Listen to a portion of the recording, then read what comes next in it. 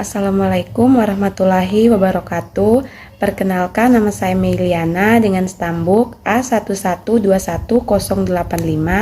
Di sini saya dari perwakilan kelompok 1. Adapun materi diskusi kami yaitu pertumbuhan dan perkembangan anak. Baik, langsung saja pada materinya, hakikat pertumbuhan dan perkembangan peserta didik.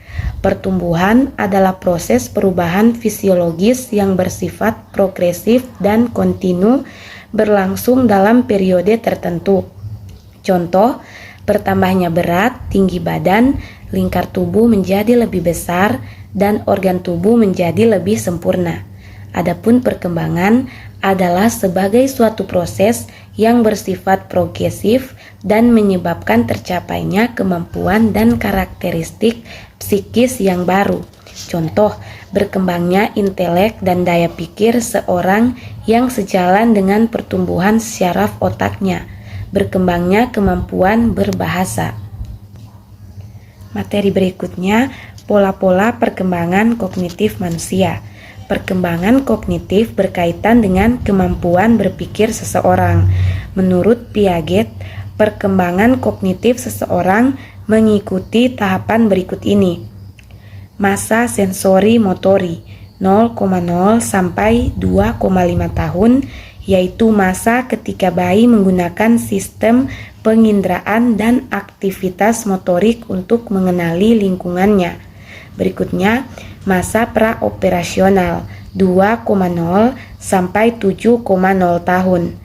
Kemampuan anak dalam menggunakan simbol yang mewakili suatu konsep.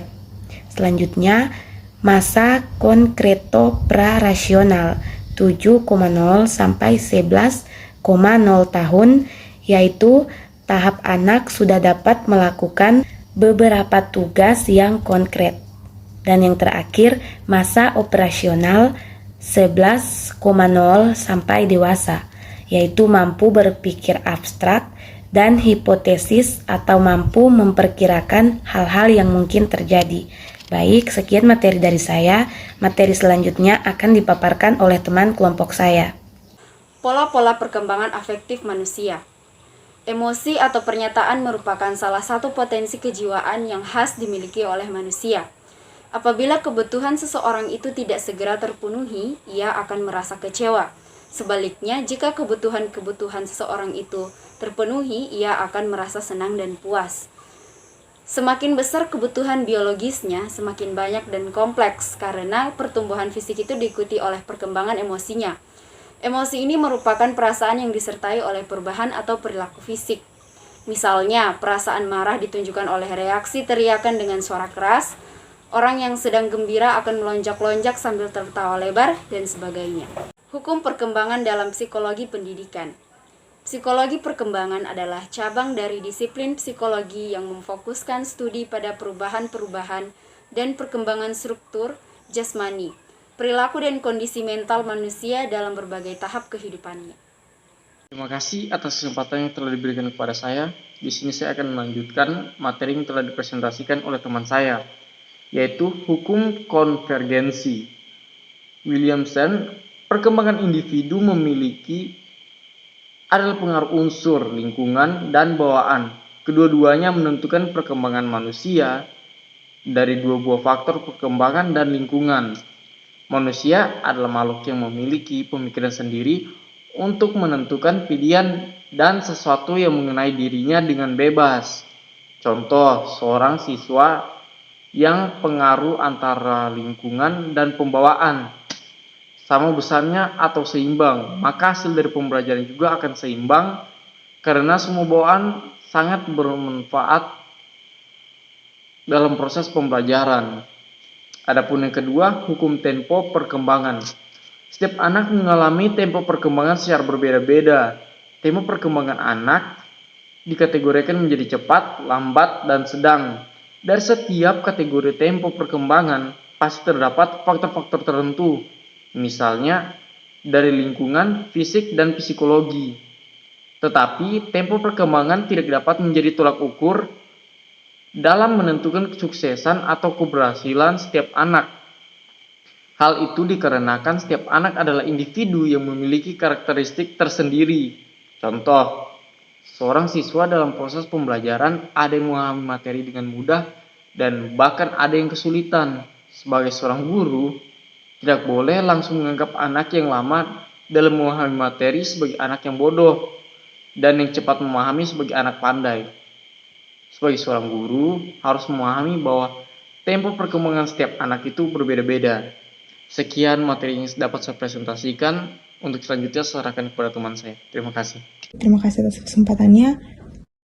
Saya Isti Sisilani Lampunje dengan NIM A111211083 akan melanjutkan materi.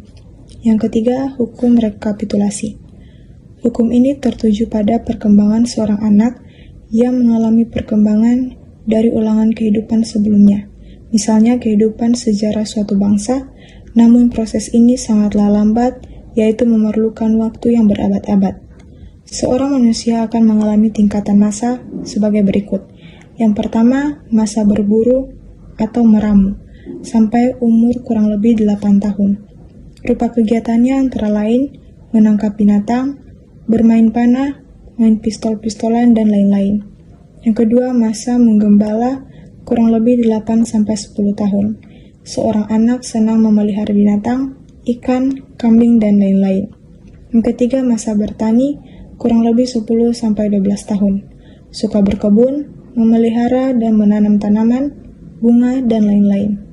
Yang keempat, masa bergadang kurang lebih 12-14 tahun, gemar bermain pasar-pasaran, tukar-menukar perangko, tukar gambar, dan lain-lain. Yang kelima, masa industri 14 tahun ke atas.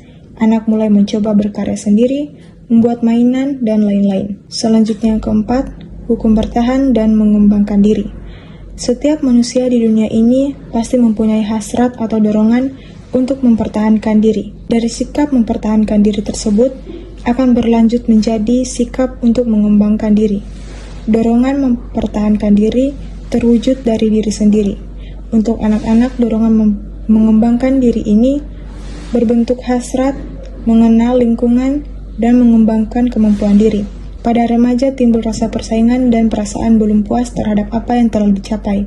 Contohnya mempertahankan diri pada siswa biasanya adalah setelah mengetahui hasil pembelajarannya dalam raport, hasil yang memuaskan, maka siswa tidak akan merasa puas begitu saja. Dia akan berpikir untuk mempertahankan dirinya agar tidak tersaingi oleh temannya dengan cara belajar dengan tekun. Warahmatullahi wabarakatuh. Perkenalkan, nama saya Cynthia Vitasari, stambuk A1121098. Hukum-hukum irama, ritme, perkembangan ini berlangsung secara silih berganti, kadang teratur dan kadang pula kacau. Semua ini tergantung dengan irama masing-masing individu. Perkembangan jasmani maupun perkembangan rohani tidak selalu dialami perlahan-lahan dengan urutan yang teratur, melainkan merupakan gelombang-gelombang besar dan kecil yang silih berganti. Tiap-tiap individu mengikuti pola perkembangan yang umum. Pengaruh beberapa faktor pada perkembangan manusia. 1. Faktor genetik atau keturunan. 2. Faktor hormon. 3. Faktor gizi. 4. Faktor lingkungan. 5. Faktor olahraga atau kesehatan. 6. Faktor pendidikan.